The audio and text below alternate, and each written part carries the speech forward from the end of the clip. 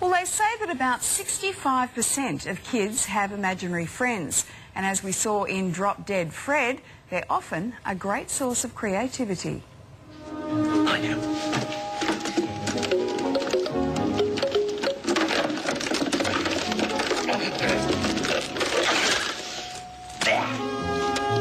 That's great. You see, when something's not working right, the best thing is to tear it apart to make it better. Yeah. Elizabeth? Are you behaving in there?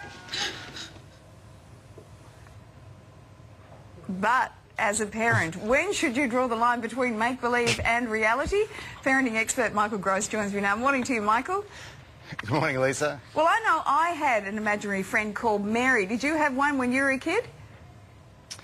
It's so long ago, Lisa, that I can't quite remember, but I'm sure I did at some stage. Well, 65% is a lot of children with imaginary friends.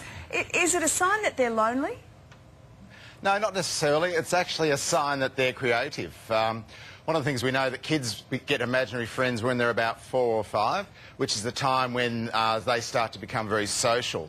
And so imaginary friends help kids to empathise, helps them to create conversations, and helps them to socialise them. So one of the reasons that firstborns and only children, they're the ones who are more likely to have an imaginary friend. And so I guess they don't have other friends around them, so they have that imaginary friend to help them. They can also be very handy scapegoats. I know I discovered that with my own kids. Oh, they certainly are. Look, the whole notion of imaginary friend is that kids have them at a time when adults are calling the shots in their lives. So it enables kids to have something that they can control.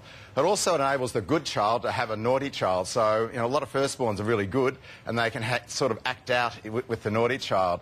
And it certainly is. The imaginary friend is a great scapegoat, and kids can often blame them.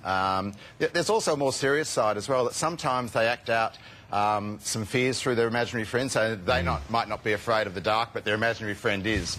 And so it's a time, they get them at a time when they're moving from one stage to the next, the world's opening up for them, and so it's quite handy to have an imaginary friend, and in fact I guess we all should have one at some stage. So as a parent, it's something that you really should embrace and encourage your child to talk through and to be part of the family.